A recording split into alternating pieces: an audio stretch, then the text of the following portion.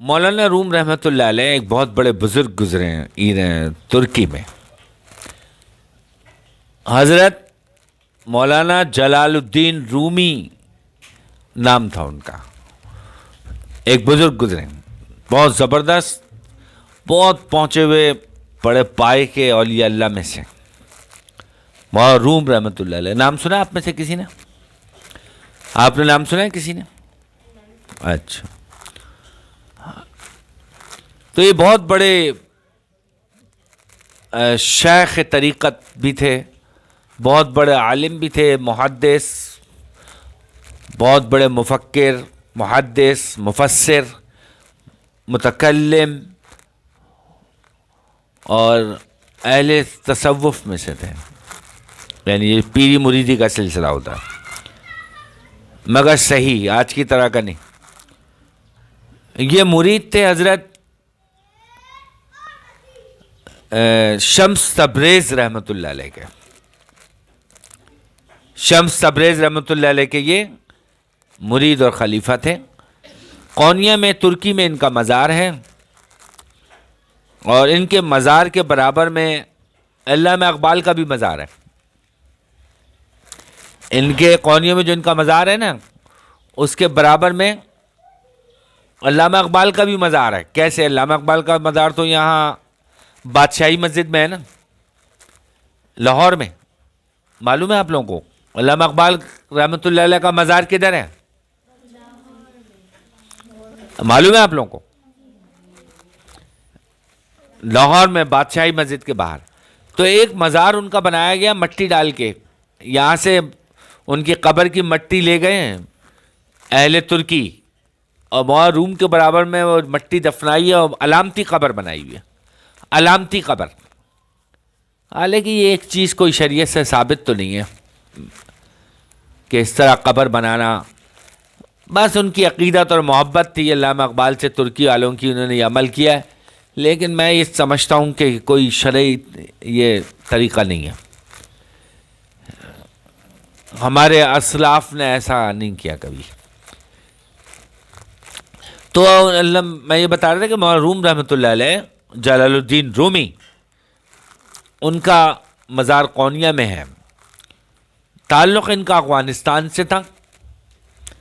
ان کے آباء و اجداد 2 نسل پہلے, بلکہ 2 نسل پہلے ان کے دادا یا پردادا افغانستان سے تجارت کی غرض سے قونیہ تشریف لائے تھے. ان کی ایک کتاب بہت مشہور ہے, مثنوی مولانا روم. ان کی ایک کتاب بہت مشہور ہے, مثنوی مولانا روم. کہتے ہیں کہ یہ قرآن کا فارسی زبان میں ترجمہ ہے. کیا کر رہی ہیں آپ؟ ٹائم نہیں ہے آپ کے پاس؟ مثنوی مولانا روم ان کی بڑی بائناز کتاب ہے. اور مولانا اشرف علی تھانوی صاحب نے بھی اپنے زمانے طالب علمی میں 16 یا 17 سال کی عمر میں ایک کرامتاً ایک کام کیا. اپنے استادوں کے کہنے پہ مثنوی مولانا روم کی شرح لکھی 16 یا 17 سال کی عمر میں. ابھی یہ مدرسے سے دارالعلوم دیوبند سے پڑھ کے فارغ نہیں ہوئے تھے, اور استادوں کے کہنے پہ انہوں نے 24 جلدوں میں مثنوی مولانا روم کی شرح لکھی. 24 جلدوں میں, زمانہ طالب علمی کے آخری دنوں میں.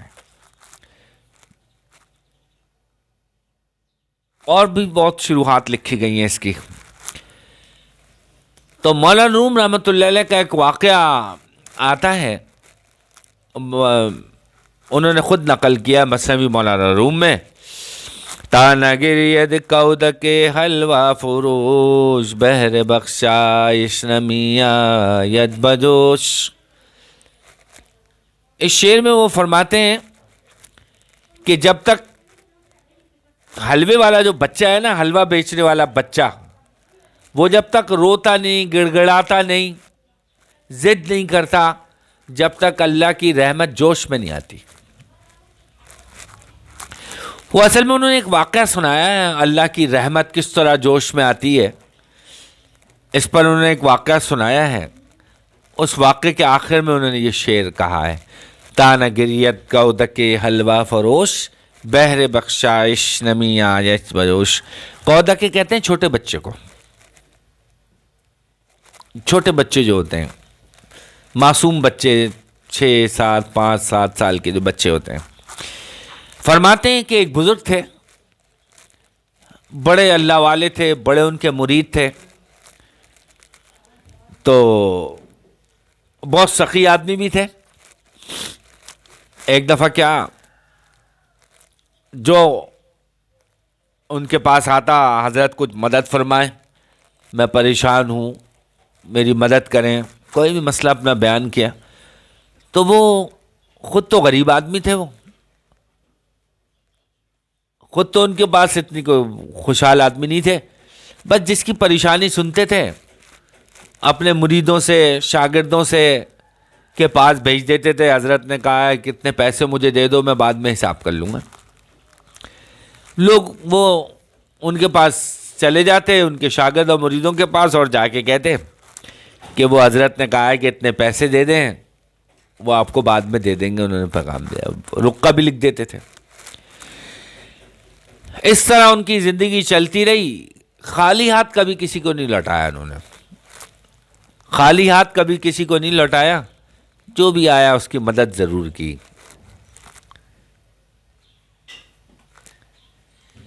اب کیا ہوا زندگی سے، اب جب ان کے انتقال کا وقت آیا اور لوگوں میں خبر پھیلی کہ حضرت کا انتقال ہونے والا ہے، حضرت کی طبیعت بہت خراب ہے، تو وہ جتنے بھی جن کے پیسے تھے، جن کے پیسے تھے، 500 دینار، 1000 دینار، 500 درہم، 1000 درہم، 2000 درہم، جس کے جتنے بھی بنتے تھے، وہ سب ان کو جب اطلاع ملی تو سارے آ گئے بھائی، کہنے لگے حضرت تو دنیا سے جانے والے ہیں، طبیعت بہت خراب ہے، ہمارے پیسوں کا کیا ہوگا، ہمارے پیسوں کا کیا ہوگا۔ اب شرم کے مارے مانگ بھی نہیں رہے کہ استاد ہیں، کسی کے پیر ہیں، کسی کے شیخ ہیں، اور رقم بھی دماغ میں، دل میں اٹکی ہوئی ہے کہ مل جاتی تو اچھا تھا۔ معروم رحمۃ اللہ نے لکھا ہے کہ اب وہ سب ان کے چارپائی کے گرد گھیرا ڈال کے بیٹھے ہوئے ہیں، لوگ کرسیوں پہ یا چارپائیوں پہ، اور بیچ میں ان کی چارپائی رکھی ہے، اس پہ وہ لیٹے ہوئے ہیں، اور آخری وقت ہے، بس کچھ دیر میں انتقال ہونے والا ہے، چادر اوڑھ کے لیٹے ہوئے ہیں۔ اور جو قرض خواہ ہیں، ان کے مرید، شاگرد، عزت کرنے والے، وہ چاروں طرف بیٹھے ہوئے ہیں، اور اب ان کو حضرت کے مرنے کا غم کم اور پیسے جانے کا زیادہ، حضرت کا غم کم اور پیسوں کا زیادہ۔ اچھا،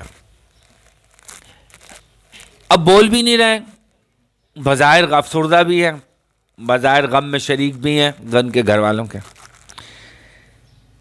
اور سب چپ، سناٹا۔ اتنی دیر میں باہر گلی سے ایک بچے کے حلوہ بیچنے کی آواز آئی، حلوہ لے لو، حلوہ لے لو، گھر کا بنا ہوا حلوہ، بہترین حلوہ، آواز مارتے ہیں نا لوگ بیچنے والے، تو ایسی وہ بچہ آواز لگا رہا۔ اب وہ جو بزرگ نے آواز سنی اس بچے کی، وہ اٹھ کے ایک دم بیٹھ گئے، ایک دم چادر منہ سے ہٹائی اور اٹھ کے بیٹھ گئے، اور کہنے لگے، اپنے خادم سے کہنے لگے، جاؤ اس بچے کو بلا کے لاؤ ذرا۔ ایک بزرگ گزرے، مولانا احتشام الحق تھانوی صاحب رحمۃ اللہ علیہ، بہت زبردست آدمی تھے، بہت بڑے عالم تھے، تقریر اور بیان کرنے کا فن ان کو بہت زبردست آتا تھا۔ وہ یہ واقعہ سناتے تھے، اس واقعے کو انہوں نے ایسے سناتے تھے کہ اس میں رونا بھی آ جاتا تھا اور ہنسی بھی آ جاتی تھی۔ مولانا احتشام الحق تھانوی صاحب رحمۃ اللہ علیہ کراچی میں ہوتے تھے، ہمارے ابو کو بھی بہت پسند تھے۔ ہمارے ابو جو ہے بتاتے ہیں، میں ان کا بیانات سننے جاتا تھا۔ تو مجھے وہ یاد آ گئے. ہمیں تو تقریر بات کرنا آتی نہیں ہے, ہم لوگ تو بس. تو اب لوگ سوچ رہے ہیں حضرت مر رہے ہیں, حضرت کی طبیعت خراب ہے, اور حلوہ کھانے کا شوق دیکھو ذرا, لوگوں کے دماغوں میں ہی چل رہا ہے کہ ہمارے پیسے چڑھے ہوئے ہیں, خود حضرت مرنے والے ہیں, اور حلوہ کھانے کا شوق دیکھو ذرا. کہنے لگے بلا کے لاؤ بچے کو. بچہ آیا جی, اس نے سر پہ خوانچہ اٹھایا ہوا ہے, بڑا تھال, اور اس سے پوچھ رہے ہیں حضرت ہاں بھائی حلوہ کیا حساب دے رہے ہو؟ اس نے کہا اتنے کا بھی دیتا ہوں, اتنے کا بھی دیتا ہوں, اتنے کا بھی دیتا ہوں. مختلف اس کے پاس برتن تھے چھوٹے چھوٹے. انہوں نے کہا جتنے لوگ بیٹھے ہیں نا ان سب کو اپنا حلوہ بانٹ دو سارا, یعنی ان سب کو بانٹ دو. انہوں نے کہا سارا حلوہ کتنے کا ہوگا؟ اس نے قیمت بتائی جو بھی تھی. اس نے کہا سارا حلوہ ان کو کھلا دو جتنے لوگ بیٹھے. وہ بڑا خوش ہو گیا بھائی بچہ. کہنے گا لوگ ابھی تو میں گھر سے نکلا تھا صبح ہی صبح, سارا حلوہ بک جائے گا, پیسے بک جائیں گے, میں گھر چلا جاؤں گا, امی خوش ہو جائیں گی. ان کی ماں بنا کے دیتی تھی وہ حلوہ,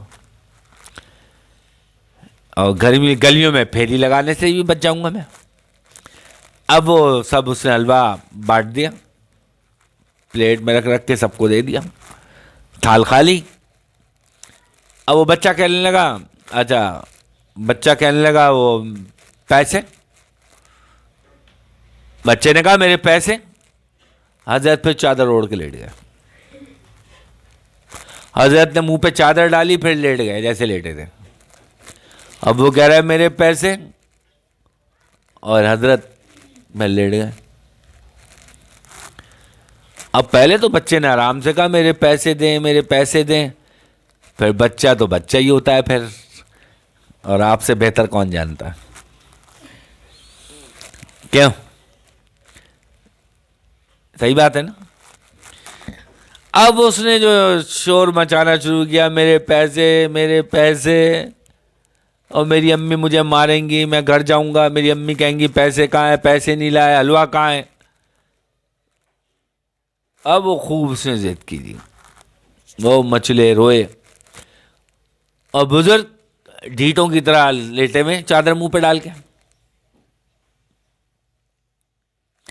اب سب لوگوں کو بڑا غصہ بھی آ رہا ہے کہ یار ہم لوگ تو چلو بڑے لوگ ہیں, ہمارے پیسے حضرت کھا گئے دبا گئے, چلو ہم تو ڈھیٹ ہیں بڑے ہیں. حضرت نے تو بچے کو بھی نہیں چھوڑا بھائی, اچھا خاصا بچہ ہے, حلوہ بیچ رہا تھا, اس کا بلا کے سارا حلوہ بانٹ دیا, سارا حلوہ کھلا دیا لوگوں کو. اب لوگوں کو بچے پہ رحم آ رہا. وہ بچہ بڑا رویا جی, اس اتنا رویا کہ سب افسردہ ہو گئے, اور بزرگوں پہ بھی غصہ. جب وہ بچہ ضد کر کر کے تھک گیا میرے پیسے, اور انہوں نے چادر سے منہ نکال کے اس بچے کو دیکھا تک نہیں. آدمی تسلی دیتا ہے نا, ارے بیٹا اب کر دیں گے, کہیں سے انتظام کر, نہ ایسے لگ رہا ہے جیسے جان بوجھ کے لوٹ آ رہے ہیں, جان بوجھ کے. کیا ہوا جب بہت زیادہ ہو گئی تو دروازے پہ دستک ہوئی. اب بزرگ پھر اٹھ کے بیٹھ گئے, چادر بٹائی منہ پہ سے, پھر اٹھ کے بیٹھ گئے. کہیں گے دیکھو دروازے پہ کون آیا. دروازے پہ خادم گیا اور دروازہ کھولا تو دروازے پہ دیکھا کہ ایک سامنے آدمی کھڑا ہوا ہے, اور اس کے ہاتھ میں ایک خوانچہ ہے, بڑا تھال سینی,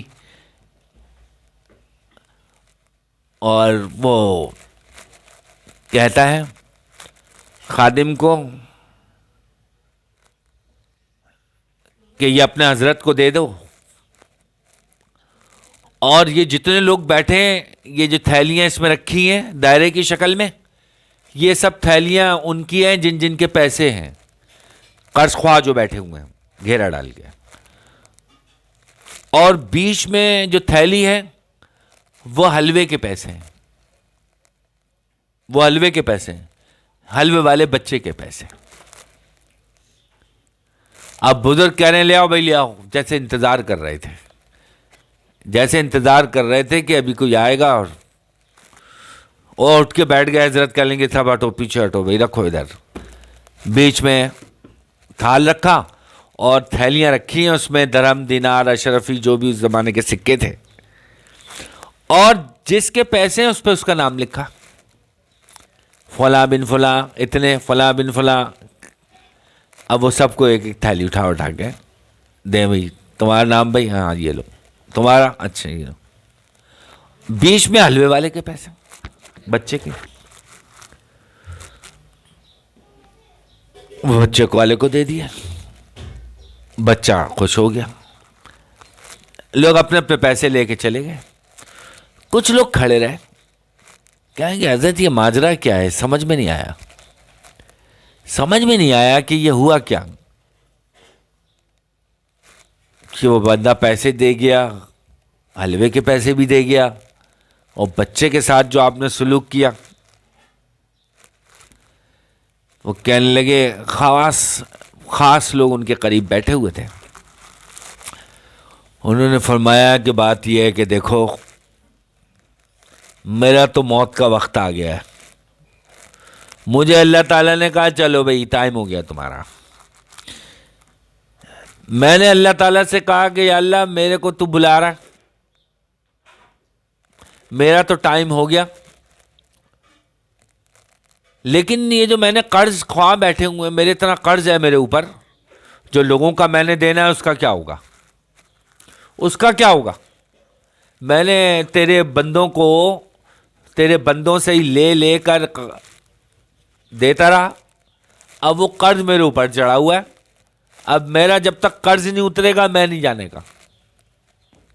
تو تعلق کی بات ہوتی ہے بیٹا، تعلق کی بات ہوتی ہے یہ۔ وہ بزرگ کہہ لیں کہ میں نے اللہ سے کہا کہ میرا یہ قرض تو اتار دے، میرا یہ قرض سے تو مجھے نجات دے دے، پھر میں تیار ہوں تیرے پاس آنے کے لیے، اور مجھے کوئی پریشانی نہیں ہے، بس یہ میرا قرض اتر جائے۔ اللہ تعالیٰ نے کہہ لیں گے میں اب یہ خیر اس میں کچھ باتیں ایسی ہیں ذرا وضاحت طلب ہے۔ اب وہ فرماتے ہیں کہ اللہ نے مجھ سے کہا یہ اتنے سارے لوگ بیٹھے ہوئے ہیں تیرے قرض کے لیے، ان میں کوئی رونے والا ہے، کوئی رونے گڑ گڑانے والا ہے؟ تو میں نے نظر ڈالی تو ایک سے ایک ڈھیٹ خراٹ، رونے والا تو اس میں کوئی نہیں ہے۔ تو اللہ تعالیٰ نے فرمایا اس میں کوئی رونے والا ہے تو بتاؤ،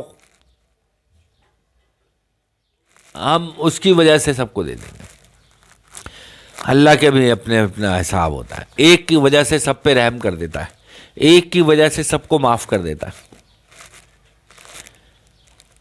اچھا، اب وہ کہنے لگے، اب یہ میرا بات چلی رہی تھی تو ایک دم حلوے والے کی آواز آئی، حلوہ لے لو، حلوہ لے لو۔ او میں نے کہا اس حلوے والے کو کسی طرح رلاؤ، یہ روئے گا گڑ گڑائے گا، اللہ کی رحمت جوش میں آئے گی۔ یہ کچھ مجربات ہوتے ہیں بزرگوں کے۔ اب حلوہ والے کو بلایا، پھر آپ کو پتہ کیا ہوا، اس کو رلایا خوب۔ تو کہہ لیں گے اس کے حلوے والے رونے کی بچے کی وجہ سے اللہ کی رحمت جوش میں آ جاتی ہے، اور اللہ تعالیٰ سب کی غیب سے بندوبست، سب کی قرض کی ادائیگی کا بندوبست غیب سے کر دیتا ہے۔ اسی واقعے کو سنا کے مولانا روم رحمۃ اللہ علیہ نے لکھا ہے کہ تانہ گریت کا ادکے حلوہ فروش، بہر بخشائش نمی آیت بجوش، کہ جب تک حلوے والا بچہ روتا نہیں ہے، گڑ گڑاتا نہیں ہے، اللہ کی رحمت جوش میں نہیں آتی۔ تو یہ اللہ تعالیٰ کو بندے کی جو سب سے زیادہ جو بات پسند ہے، پتہ کیا؟ رونا، اللہ کے آگے رونا، یہ اللہ کو بہت پسند ہے۔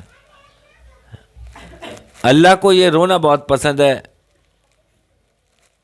کہ اللہ کے خوف سے جو آنسو گرتا ہے آدمی کا، حدیث میں آتا ہے وہ زمین پہ گرنے سے پہلے اللہ اس کو مغفرت کر دیتا ہے۔ وآخر دعوانا ان الحمد للہ رب العالمین.